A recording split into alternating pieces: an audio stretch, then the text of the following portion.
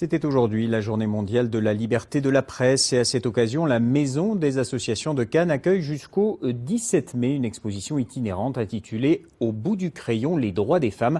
Car dans ce domaine aussi, la liberté d'expression a parfois du mal à s'exercer. Quentin Corcel, Olivier Théron avec Frédéric Tissot.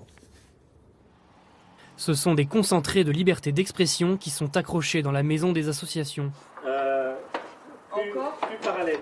Et après, on recule le tout jusqu'en bordure du... Voilà. Khalid Guerrad est un dessinateur de presse marocain. Il a fait de la prison pour ses opinions. Il expose ce tableau qui illustre le combat des féministes en Iran, des femmes en burqa blanche, visage découvert, qui cherchent à se libérer de l'emprise des mollahs.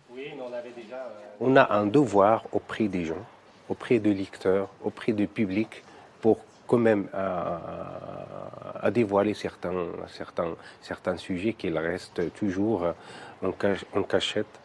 Musulmans, juifs, athées, les combattants de la liberté d'expression n'ont qu'une religion, dénoncer les enfermements. Bosc, je veux dire, c'est un génie du dessin, quoi. C'est bien sûr. Dire, en 3 traits, c'est d'une simplicité totale.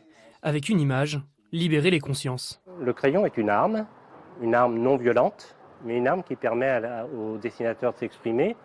Et le dessin, pour nous, est le meilleur des langages, puisque même si on n'a pas été à l'école, même si on ne sait pas lire, un dessin, on le comprend. À quelques jours du Festival de Cannes, l'exposition présente un panneau dédié au scandale Weinstein, aux agressions sexuelles dans le monde du cinéma. Un thème qui a inspiré les dessinateurs.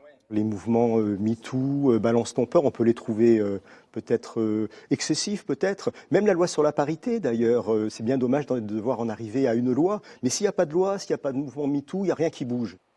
Cette exposition itinérante restera accrochée à Cannes jusqu'au 18 mai. En novembre, elle ira à Strasbourg, au Parlement européen, pour être un tremplin de la condition de la femme et de la liberté d'expression.